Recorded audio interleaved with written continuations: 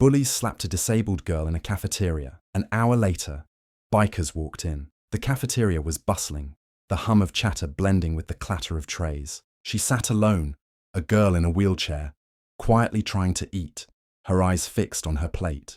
Then came the laughter, sharp, cruel, and aimed directly at her. In a blur, hands struck her shoulder and back.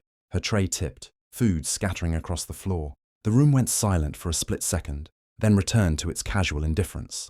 No one stepped in, but what nobody knew, not even the bullies, was that the day was about to change dramatically, and they wouldn't see it coming. Before we continue this story, go ahead and subscribe to our channel and like this video, so we can bring you even more amazing stories like this one. Samantha had always been aware of how the world treated her differently. Born with a physical disability, her movements were slower, her independence limited, but her spirit was unwavering. School had never been easy. Whispers followed her down hallways. Stairs lingered a little too long. Cafeteria tables were particularly brutal. A place meant for nourishment often became a stage for ridicule. Her parents had always encouraged her to face the world with courage, to rise above cruelty with resilience. But today, something was different. The cafeteria, normally a dull hum of monotony, seemed sharper, heavier. She could feel the eyes before she even entered. Tables that once held friends now held strangers. And in their midst, a group of notorious bullies waited, their expressions twisted with amusement. Samantha wheeled herself toward the corner, hoping invisibility might shield her. She barely had time to settle when it began, the laughter, the pushing, the sneers. Her tray tumbled, her lunch spread across the floor, and her heart sank further. Around her, peers pretended nothing had happened, their silence an echo of complicity. Teachers were elsewhere. The cafeteria, meant to be a place of safety, had become a stage of humiliation. And yet, as Samantha's eyes welled up, she felt something else stirring, a faint awareness that the world, while cruel in one corner, could be unexpectedly just in another. She didn't know it yet, but the events of the next hour would shift the balance dramatically. The bullies laughed and taunted, confident in their unchallenged dominance. Samantha's hands trembled on the wheels of her chair, but her determination didn't waver. She began to gather her scattered belongings, her movements meticulous, almost defiant. Each collected piece of food, each tray fragment, felt like a small victory over humiliation, though her chest burned with the sting of shame and anger. Meanwhile, the cafeteria atmosphere shifted subtly. Conversations resumed, yet there was an undercurrent of tension. Samantha's silence contrasted starkly with the bully's reckless audacity. Though powerless physically, she had a presence of quiet strength. She noticed a few sympathetic glances, students who wished they could intervene but were frozen by fear or apathy. Their hesitation only sharpened her resolve.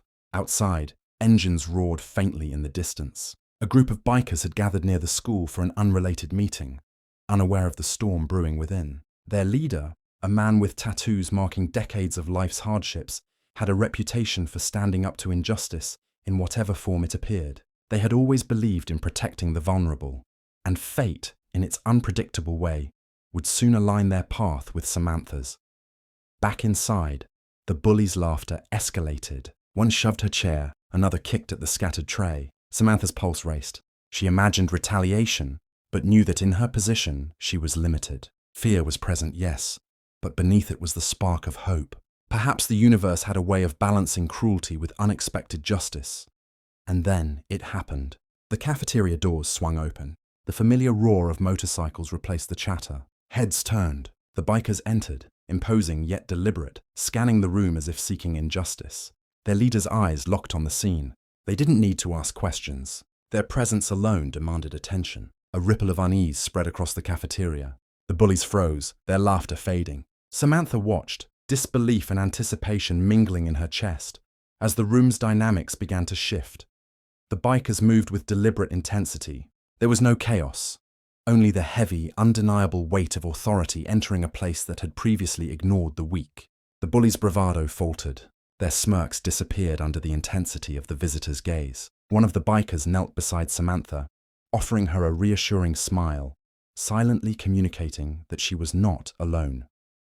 The leader approached the bullies, his eyes unwavering. There were no words necessary to convey the consequences of their actions, yet the message was clear. Injustice would not stand. The cafeteria, once a theatre of humiliation, felt the shift instantly. Teachers who had ignored the earlier incident looked on, guilt and fear evident. The bullies' earlier confidence dissolved into panic, realizing their actions had finally summoned accountability far beyond the school's walls. Samantha, still in her chair, felt a surge of empowerment. The bullies were confronted not with violence, but with the undeniable force of moral authority. Every glance, every stance from the bikers communicated a profound truth. Cruelty, no matter how brazen, carries consequences. The cafeteria, which had once seemed an insurmountable arena of shame, transformed into a space of justice. It was a quiet yet profound victory. Samantha did not need to speak or act. The presence of those willing to stand against wrongdoing validated her dignity. In that moment, the world seemed larger, more just, and more capable of correcting the imbalance she had endured for so long. The bullies were left to reckon with their shame. While Samantha experienced a rare and powerful sense of vindication, her courage mirrored by the unexpected arrival of allies. After the bikers left, the cafeteria returned to its routine, yet nothing felt the same. Conversations were hushed. Students exchanged glances laden with unspoken lessons. Samantha remained at her table, her heart calm yet resolute. The humiliation she endured had been countered not by force, but by the undeniable affirmation that justice can arrive from unexpected places. She realized that strength is not always measured by physical power, but by resilience, presence, and the courage to continue despite adversity.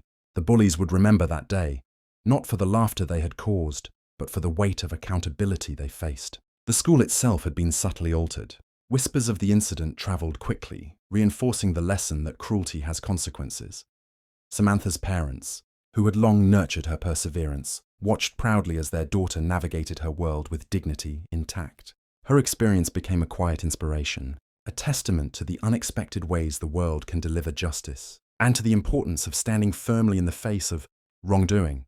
The story of that hour remained etched in the memories of those who witnessed it, a powerful reminder that empathy and courage, sometimes embodied in strangers, can transform despair into hope. Samantha wheeled through the cafeteria with a newfound poise, understanding that the world's cruelty is not the final word. And as the day faded, a rhetorical truth lingered. Injustice may strike suddenly, but courage, resilience, and the unexpected allies who rise against cruelty remind us that no act of wrongdoing is ever truly without consequence. Who in the end holds the real power, the aggressor, or those who refuse to let injustice go unanswered?